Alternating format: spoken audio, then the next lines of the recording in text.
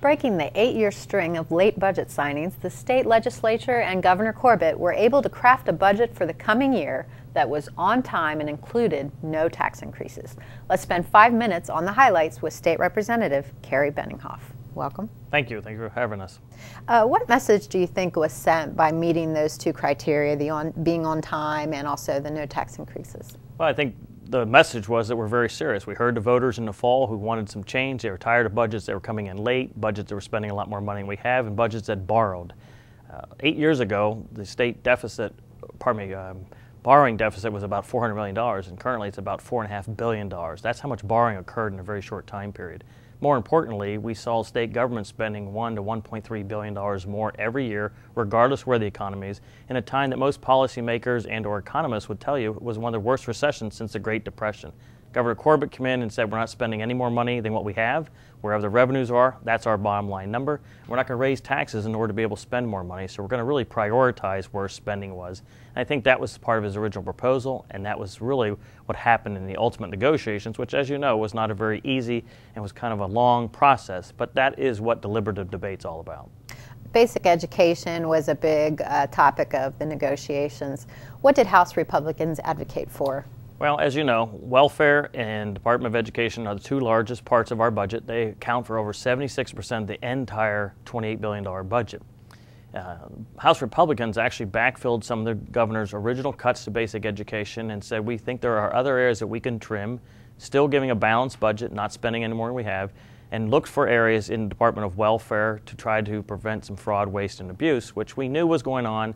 Auditor General Jack Wagner sent out a report several years ago, said, hey, this has got to get cleaned up. It was ignored.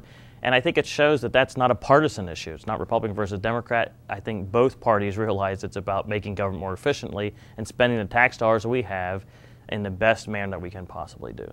Well, to go along with that and to find those dollars, some bills were passed to make some changes to the welfare system. Do you want to talk about those? Yes. Well, there's been laws on the books, both from the federal government and the state government, to require people to have some responsibility who are accepting services from the Commonwealth, and I think that's only fit.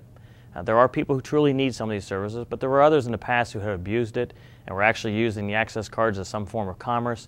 What we wanted to do is require random drug testing for those who may have had prior histories. Not everybody is on welfare, but someone who had a prior history of drug problems or drug convictions.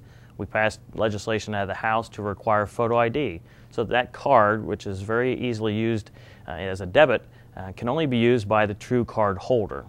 Through some of our investigation, we actually found one individual in Pennsylvania had over 96 access cards, and he was therefore selling them or renting them to make money himself and give them to people that a merchant couldn't verify their identity. And we think that that's only fair. You have to do that when you use your own debit card.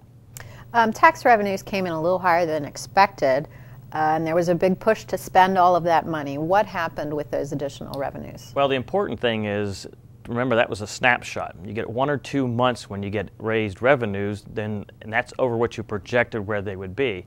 Isn't necessarily a whole lot of extra cash in hand. We did try to use a little bit of that to backfill some things that were important, some hospital services, some medical services. But more importantly, we want to have some in reserves for rainy day funds and, by a lot of our standards, to address next year's budget, which will come around pretty quickly. And I think it's prudent not to spend every dollar you get the minute you get it, and to have a little bit set aside for any kind of emergency or future budgetary problems, which I suspect will be a challenge next year as well, because the national economy just has not recovered that fast.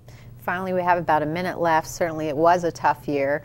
But basic economics tell us that if there are more people working, there's more revenue coming into the state. What did this budget do for job creation? Well, part of the goal was to try to address issues to allow business to do what they do best, and that's create jobs. We tried to look at the capital stock and franchise tax and corporate net income tax and try to keep those on par with trying to reduce those. We had a program several years ago to be reducing those rates. We believe if you get out of the way of business owners, they will create the jobs. Government subsidy does not create jobs. Reducing their overall cost, their tax burden, allows them to stimulate our own economy naturally by them creating jobs, making more taxpayers that will pay in the system, and therefore increasing our revenue.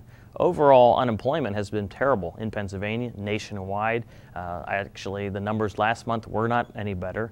And we want to do our best to be stimulating. We encourage that they're looking a little bit better through some of our initiatives, and we hope that will continue throughout the rest of the summer. Well, hopefully the work you and your colleagues have done this time around will make things a little better next time and a little easier. That is our hope, and I think teamwork, regardless of party, can get this done. Great. Well, if you have comments or questions about this or any other legislative topic, Representative Benninghoff's contact information will be shown in just a few seconds. Thanks for spending 5 minutes with State Representative Kerry Benninghoff.